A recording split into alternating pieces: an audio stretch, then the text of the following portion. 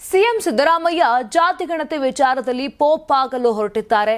ಮೊದಲು ಮುಲ್ಲಾ ಆಗಿದ್ರು, ಈಗ ಫಾದರ್ ಆಗಲು ಹೊರಟಿದ್ದಾರೆ. ಕರ್ನಾಟಕದ ಪೋಪ್ ಆಗಲು ಸಿದ್ಧರಾಗಿದ್ದಾರೆ ಎಂದು ಬಿಜೆಪಿ ಶಾಸಕ ಸುನಿಲ್ ಕುಮಾರ್ ಟೀಕಿಸಿದ್ದಾರೆ.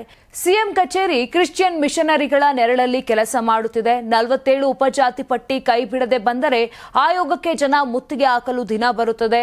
ಸಿಎಂ ಕ್ರಿಶ್ಚಿಯನ್ ಗರ್ಭಗುಡಿಯಲ್ಲಿ ರಾಜಕೀಯ ಮಾಡುತ್ತಿದ್ದಾರೆ. ಆಡಳಿತವು ಈಗ ಟಿಪ್ಪು, ಪೋಷಾಕು, ಪಾದ್ರಿ ರೂಪದಲ್ಲಿದೆ. ಸರ್ಕಾರ ಮುಲ್ಲಾ ಪಾದ್ರಿಗಳ ಕೈಗೊಂಬೆ ಹಾಕಲು ಹೊರಟಿದೆ. ಫಾದರ್ ಸಿದ್ದರಾಮಯ್ಯ ಹಿಂದೆ ಯಾರದೋ ಓಲೈಕೆ ಅಡಗಿದ್ದು ರಾಜ್ಯದ ಹಿತ ಮತ್ತು ಸಾಮಾಜಿಕ ನ್ಯಾಯದ ಆಶಯವನ್ನ ಶಿಲುಬೆಗೆ ಏರಿಸುತ್ತಿದ್ದಾರೆ. ದಲಿತ ಒಬಿಸಿ ಮತಾಂತರಕ್ಕೆ ಕೈ ಹಾಕಿದ್ದದ್ದು ದುರಂತ. ಸಿಎಂ ಫಾದರ್ ಸಿದ್ದರಾಮಯ್ಯ ಸಂವಿಧಾನವನ್ನು ಹೇಗೆ ಅರ್ಥ ಮಾಡಿಕೊಂಡಿದ್ದಾರೆ ಎಂಬುದು ಗೊತ್ತಿಲ್ಲ ಅಂತ ವ್ಯಂಗ್ಯವಾಡಿದರು. ಇನ್ನು ಸರ್ಕಾರ ಕ್ರಿಶ್ಚಿಯನ್ 75 ಉಪಜಾತಿ ಬಗ್ಗೆ ಅಧಿಕೃತ ಪ್ರಕಟಣೆ ಹೊರಡಿಸಬೇಕು. ನಾಳೆಯಿಂದ ಸಾರ್ವಜನಿಕ ವಿರೋಧದ ನಡುವೆ ಆಯೋಗಕ್ಕೆ ಜನ ಮುತ್ತಿಗೆ ಹಾಕಲು ಮೊದಲು ಕ್ರಮ ಕೈಗೊಳ್ಳಬೇಕು. ಈ ಗೊಂದಲದ ನಡುವೆ ಒಳ್ಳೆಯ ವರದಿ ಸಾಧ್ಯವಿಲ್ಲ. ಕ್ರಿಶ್ಚಿಯನ್ ಹೆಸರು ತೆಗೆಯುವವರೆಗೆ ಹೋರಾಟ ಮುಂದುವರಿಯುತ್ತೆ ಅಂತ ಎಚ್ಚರಿಕೆಯನ್ನ ಕೊಟ್ಟರು.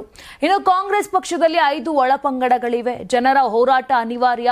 ಸಚಿವ ಸಂಪುಟದಲ್ಲಿ ಸಿಎಂ ಏಕಾಂಗಿಯವರು, ಆದರೆ ಒಳಪಂಗಡ ಗೊಂದಲ ಮಾಡುತ್ತಿದೆ. ಜಾರಕಿಹೊಳಿ, ಡಿಕೆ, ಪರಮೇಶ್ವರ್, ಸಿದ್ದರಾಮಯ್ಯ ಪಂಗಡಗಳು ಪ್ರಬಲವಾಗಿದೆ. ಕ್ರೈಸ್ತ ಮಿಷನರಿ ನೆರಳು ಸಿಎಂ ಕಚೇರಿಯ ಮೇಲೆ ಬಿದ್ದಿದೆ. ಲಿಂಗಾಯತ ಧರ್ಮ ಪ್ರತ್ಯೇಕ ಚರ್ಚೆ ವಿಚಾರ ಬಿಜೆಪಿ ಗಮನದಲ್ಲಿಟ್ಟುಕೊಂಡಿದೆ. ಧರ್ಮ ಹಿಂದೂ ಎಂದು ಬರೆಸಬೇಕು ಅಂತ ರಾಜ್ಯಾಧ್ಯಕ್ಷರು ಹೇಳಿದ್ದಾರೆ. ಮಠಾಧೀಶರಿಗೆ, ಲಿಂಗಾಯತ ನಾಯಕರಿಗೆ ಮನವೊಲಿಸುತ್ತೇವೆ ಅಂತ ಹೇಳಿದ್ರು. ನಿಮ್ ಮಗು ಅಳ್ತಿದ್ಯಾ? ಹಾಗಾದ್ರೆ ನಿಮ್ ಮಗುವಿಗೆ ಜೀನಿ ಸರಿ ಇಟ್ಕೊಡಿ.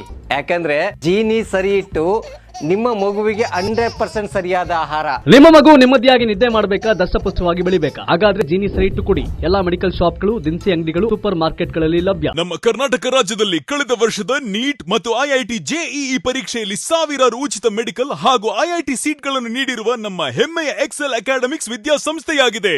1 ವರ್ಷದ ಲಾಂಗ್ ಟರ್ಮ್ ನೀಟ್, ಸಿಇಟಿ ಮತ್ತು ಐಐಟಿ ಜೆಇಇ ದಾಖಲಾತಿ ಪ್ರಾರಂಭವಾಗಿದೆ. ಮೆಡಿಕಲ್ ಅಂದರೆ ಎಕ್ಸೆಲ್, ಎಕ್ಸೆಲ್ ಅಂದ್ರೆ ಮೆಡಿಕಲ್.